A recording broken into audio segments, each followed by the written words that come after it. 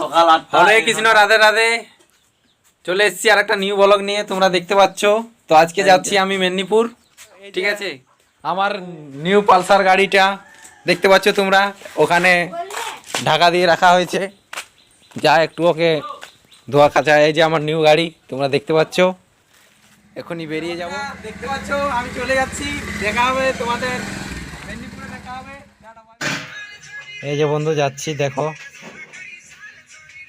এখন কলার রাস্তাতে যাচ্ছি, এরপরে আমরা পিচ পাবো, ঠিক আছে চলো। ইতিমধ্যে আমরা পিচে উঠে গেছি। আগে দিয়ে একটা কাকা যাচ্ছে গাড়ি নিয়ে, দেখতে পাচ্ছ। এই সাইডে একটা বিয়ে ঘর চলছে। ইতিমধ্যে আমরা প্রায় মেদিনীপুরের হাফ রাস্তা চলে এসেছি, তোমরা শুধু দেখতে থাকো। ইতিমধ্যে এখানে বাম্পার আছে, এই জন্য একটু আমি এই যে একটা আমাদের বড় বোন বলে নামে পরিচিত। এই যে এখানে তোমাদের ঠাকুর আছে, জাগন্তা ঠাকুর, তোমাদেরকে দেখাচ্ছি ঠাকুরটা। এই যে ঠাকুরটা যাচ্ছে।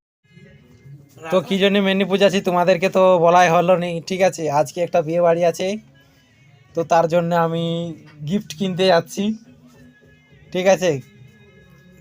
একটা বন্ধুর বিয়ে বাড়ি, বান্ধবীর বিয়ে বাড়ি বলে কথা, ঠিক আছে, না গিফট নিয়ে গেলে কেমন হয়, ঠিক আছে।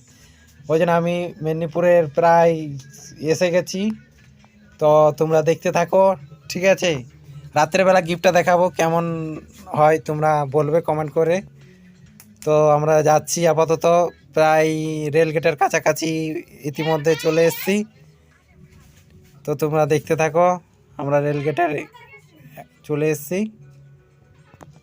তো আজ রাত্রে রওনা দিলাম, আস্তে আস্তে দেখতে পেলাম রাস্তাতে প্রচুর জ্যাম, ওই জন্য দাঁড়ালাম একটু।